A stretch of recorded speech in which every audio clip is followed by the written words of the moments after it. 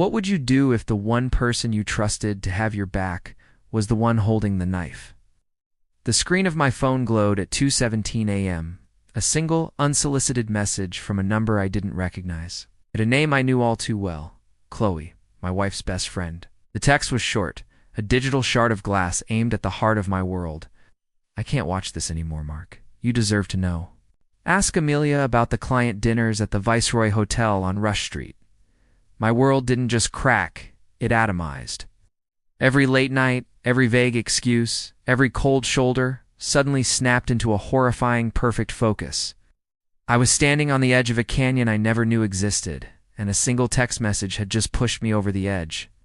If you genuinely enjoy our stories, please subscribe to the channel. Tell us where you're from and what time it is right now.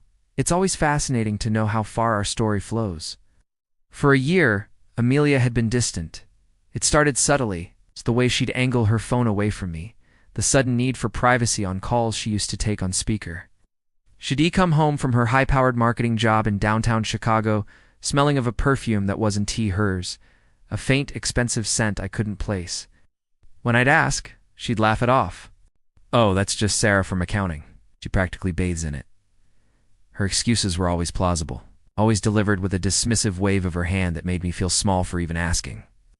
She started working late, citing a huge new account that demanded client dinners multiple times a week. I'd be at home, warming up a plate of leftovers, while she was supposedly networking at five-star restaurants. The humiliation was a slow burn, a poison I didn't even know I was drinking.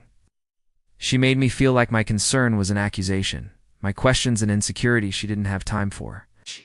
She was climbing the corporate ladder, and I was just the guy holding her purse at the bottom.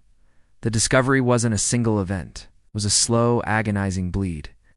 After Chloe's text, I started looking, not because I wanted to, but because I had to. I found a credit card statement tucked into the back of her planner.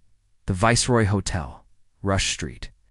Not one dinner, but a dozen, always followed by a bar tab from the hotel's rooftop lounge, Devereaux.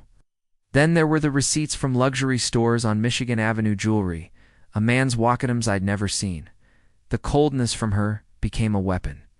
She'd look at me with a mixture of pity and contempt. Mark, you seem so stressed lately. Maybe you should find a hobby, she'd say, her voice dripping with condescension. While she was texting someone under the table, her phone, once a shared device for music and photos, was now a fortress, guarded by a new passcode and a Face ID that would only unlock for her. She was a stranger in my bed, a ghost in our home. She and her lover, a smug senior partner at her firm named Julian, must have felt untouchable. I saw a picture of him once on her company's website, a man with a plastic smile and the predatory eyes of a shark. They were careless, arrogant. They believed their own lies, believed I was too stupid, too trusting, too weak to ever figure it out. That was their first mistake. The emotional breakdown came on a Tuesday night. I was in the garage staring at a set of golf clubs I'd bought her for our anniversary. The ones she said she loved but had never once used. It's the weight of it all, the lies, the gaslighting, the sheer disrespect crashed down on me. I didn't scream. I didn't punch a wall. I just sat on the cold concrete floor and shattered from the inside out. The love I had for her died right there, and in its place, something cold and hard began to grow. My grief turned to ice, and my sorrow sharpened into a diamond-hard point of fury. That was the night the old Mark died, and a new one was born. I stopped asking questions. I became the perfect, oblivious husband. While she was out on her dinners, I was meeting with the best divorce attorney in Chicago. I didn't want a divorce. I wanted to scorch the earth. I gathered proof with a chilling sense of purpose. I hired a private investigator, a grizzled ex-cop who documented every single meeting at the Viceroy. He got photos, videos, audio, learned about the LLC Amelia had secretly set up to funnel money from our joint accounts, got copies of the hotel folios showing room service charges for 2, champagne and strawberries, all paid for with our money. I compiled a dossier, a meticulous record of her betrayal, bound in black leather. The trap was set. Amelia had a massive presentation coming up, the one that was supposed to make her a full partner. Her entire career was riding on it. The day before, I filed for divorce, citing adultery, and had her served with the papers not at our home, but at her office, in the middle of a packed boardroom, right as her boss was introducing her. The public exposure was brutal. The legal papers, including affidavits in the PI's report, were delivered. Her boss, a man who valued loyalty above all, saw the evidence of her embezzling company funds to finance her affair with Julian. Julian was fired on the spot. Amelia's presentation never happened. She was escorted out of the building by security, her box of personal items a trophy of her downfall. The social trap was next. I waited 2 days. Then I forwarded a single, elegant email to our entire social circle. Family, her parents. The subject line was simple: the truth.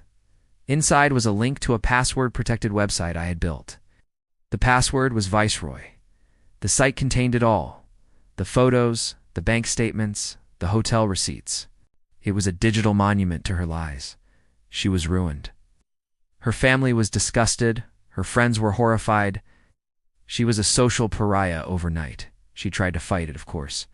She called me screaming, crying, threatening, but there was nothing left to say. I listened to her voice on the other end of the line, a symphony of desperation, and felt absolutely nothing.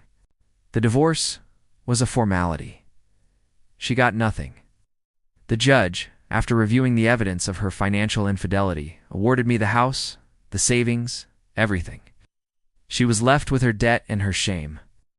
I sold the house on Lakeshore Drive, the one we had built together, and moved into a quiet apartment overlooking the city.